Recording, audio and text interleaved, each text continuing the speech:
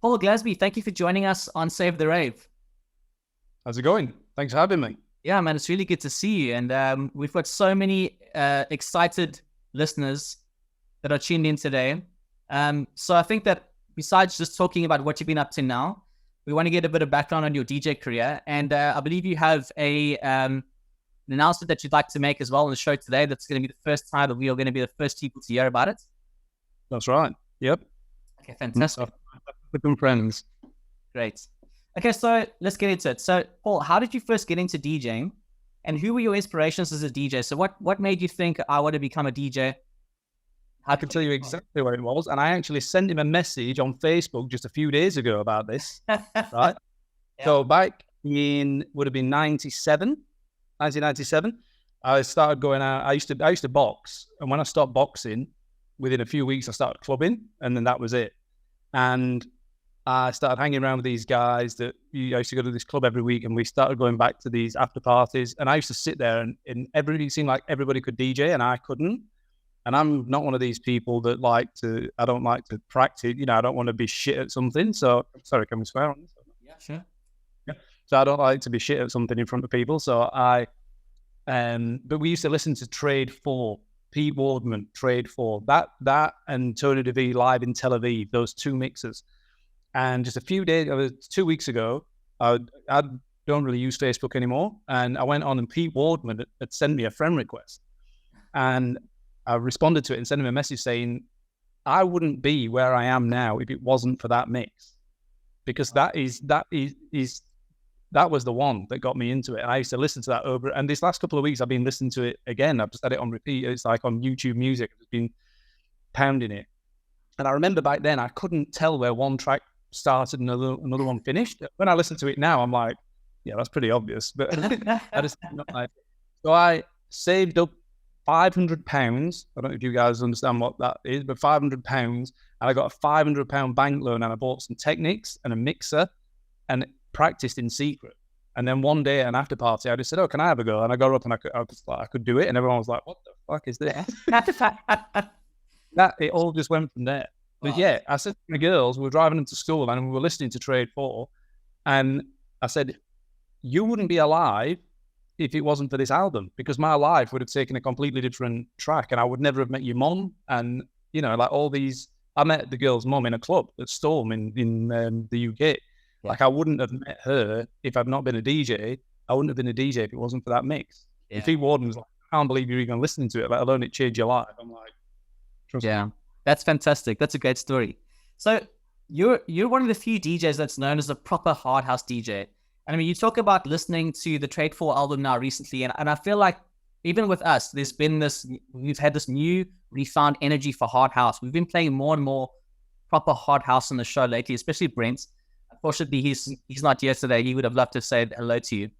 But it's almost like the energy of that music is coming back. I'm starting to listen more to hard sounds.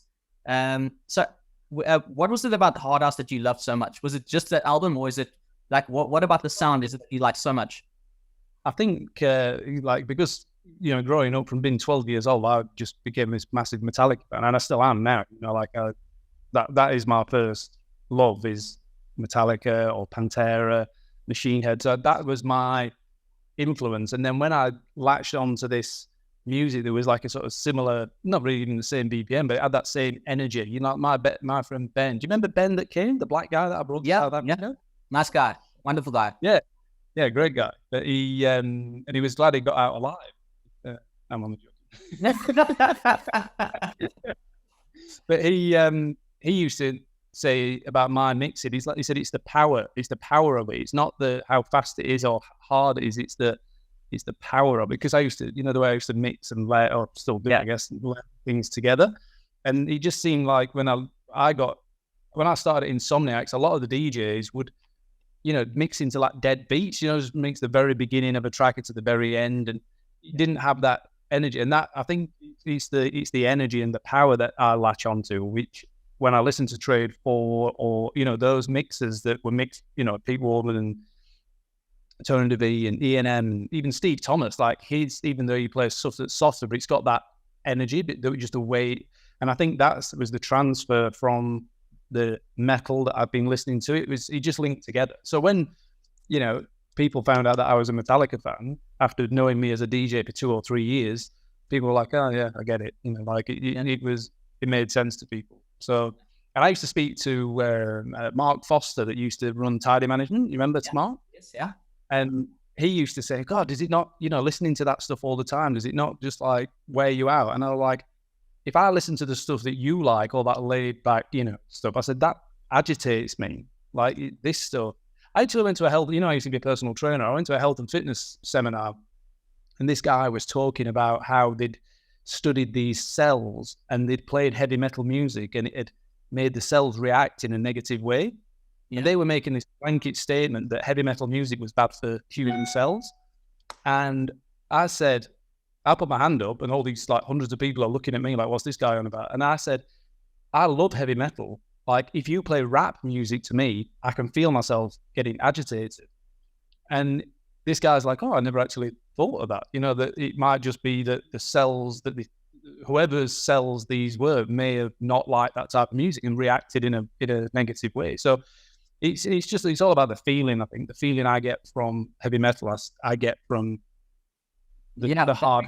That makes complete sense. I mean, if I go to the gym, I don't want to train to. I very often complain to the trainers there about the music because it's radio music. You know, it's hip hop and it's rap and it doesn't inspire me. And as soon as I put my headphones on and I listen to hard house tunes, then I'm inspired and energized. So it's like when you say, it depends on the person. I agree with you there. Yeah. So that's interesting to know. And then tell us about getting signed to Tidy. I mean, if it wasn't for Tidy, we wouldn't have come across you. I think you were the second act that we brought down to South Africa for the Tidy monthlies, which was at Studio 47. The very first guys we got down was Jez and Charlie. That was with, you mentioned Mark Foster. And they all came out for the first time. Yeah. And then Lee Haslam, I think the week after, the month after, and then I think I was the third. Your memory might be better than mine. I don't know. So it was, but I do remember that I think yours was the biggest crowd that we'd had. So it's possible that it not bigger than one. Okay, yeah. And I mean, that was a crazy night. It's like you said, you did a 3-hour set on the night, and it was banging the whole way. It was completely mad.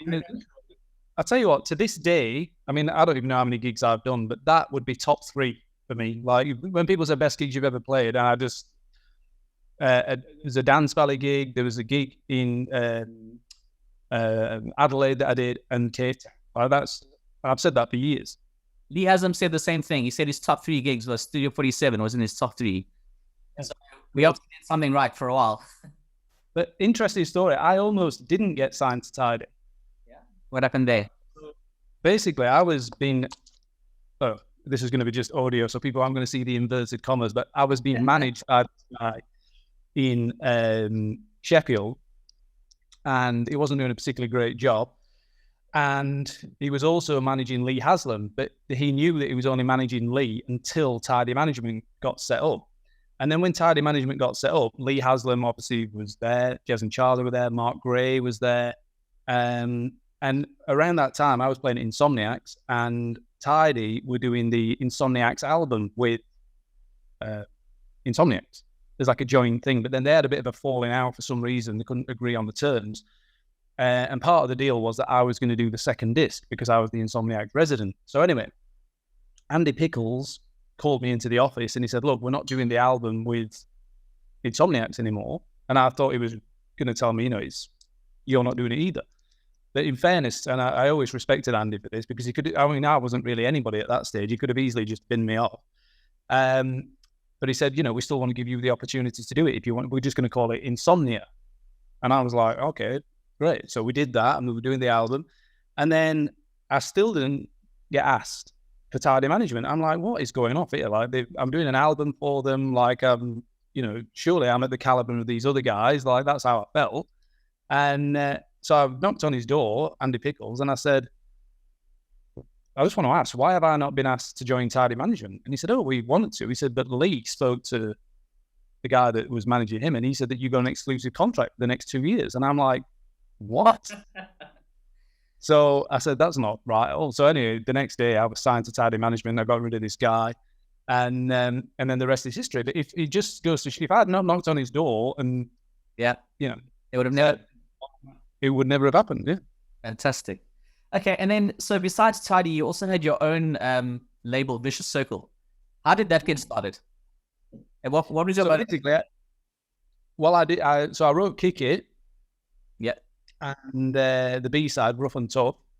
And I sent the tracks to Tidy Tracks, Nucleus, got to everybody, like even like Billy Bunter's label, like everybody. And they were like, yeah, not really our sound. And I just said to my mate, do you remember Scott? Remember Scott Cooper that used to work on Vicious Circle? No. He was the manager of Vicious Circle for a while. Yeah. And I said, why don't we just start his own label? Like, why do we need these guys to put the music out? If it's not their sound, then let's just make it our sound. So yeah, that's what we did. Set up a label, and December 2000. So my big break came in January 2000, which at the end of December 99, I was ready for hanging up my headphones. I thought this is just not going to work out. I'd done a couple of gigs outside Sheffield, but nothing was really coming of it. So I was going to pack it in. And then over Christmas, I got a call from Tom at Insomniacs, and he said, look, I'm now in full control of Insomniacs. Those are the promoters that were involved that didn't want you playing because they wanted a more trance sound.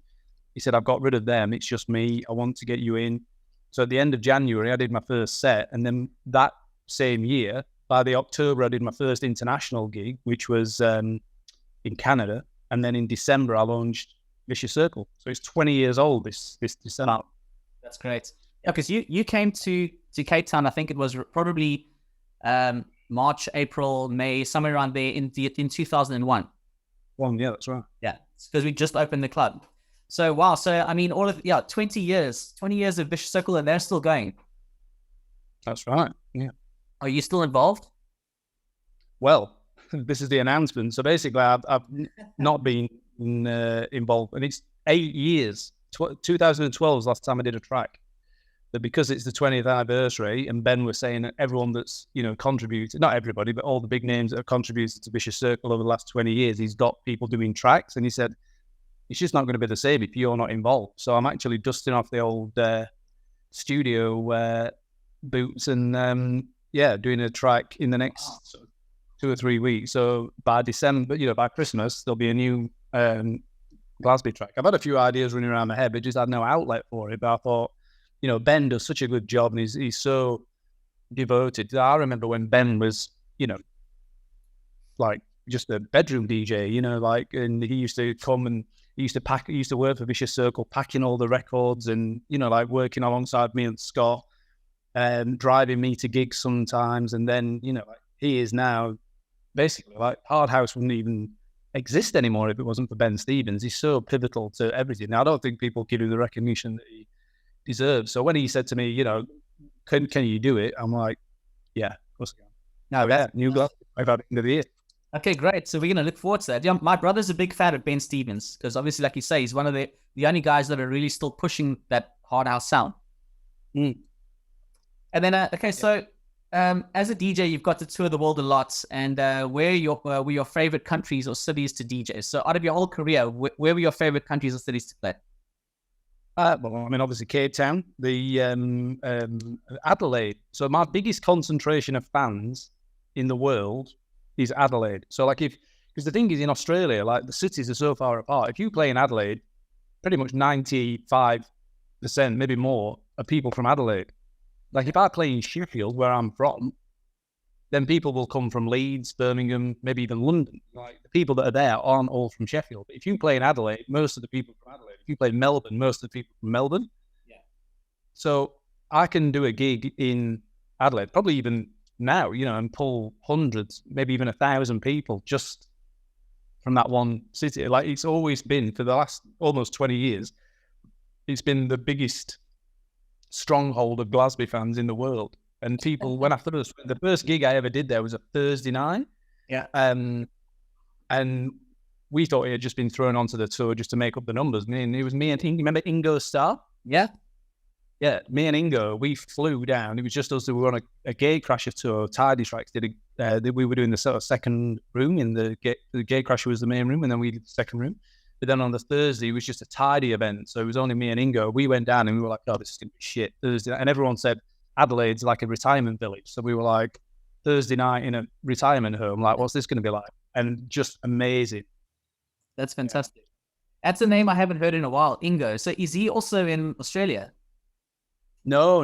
He just came across. This is back in that was 2001. So that would have been probably June, July. I played in Studio 47 for the first time in the March, and then 2 or 3 months later, because I remember that whole year. And, you know, sometimes I get back from a gig, I might have been home for like a few days and then done gigs in the UK on the weekend and then got on another flight and flown somewhere else. I was complaining about having all this travel. And my ex-wife, her dad said, you do realize you've been more places in the world this year than I have in my life. He said, don't complain, just enjoy it. I always remembered that. Like, I thought, yeah, I really should. That's fantastic. Okay, so last question. If you could go back in time and do one gig over again, which one would it be? Studio 47, March 2001. And I'm not just saying that. Yeah. No, that's fantastic. That's and then the after party with Brenton. Tony? What? And then the after party with Brenton. With Brent. Yeah, it was always a long-standing joke with all the guys at Tidy, with who could come to Cape Town and out-party Brent. That's right. I think you got the closest, but you didn't. To this day, he still walked away the winner. Yeah, I think he probably did. Well, but do you remember you left? So there was that green room that you had, like upstairs. Yep. And I was up there, and you had those massive posters. You remember that? Yes. Yeah. Yeah. So I'd been partying with Brent, so we all know what state I was in.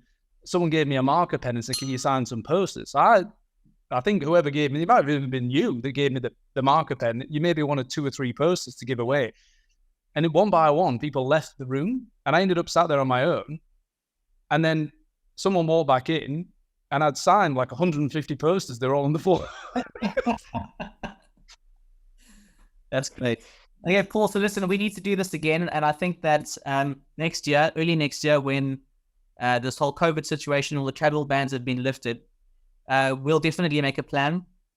You and I have spoken about it, about what would work for you. So I think we'll make it happen.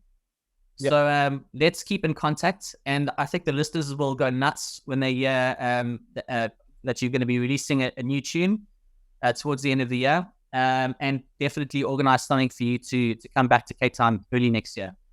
Yeah. Thanks so much for joining us on the show. It's been a real pleasure, and we'll chat to you again soon. Nice one. Take care. Yeah. Okay, and that's pretty much it. Yeah, thanks, Paul. That was fantastic. That was a good interview. Some good stories there. Yeah, it's nice to reminisce. Yeah, but if I've just thought if we did it around, I mean, I don't know what the restrictions are going to be like, but if we could do it around sort of March, April next year, that'd be the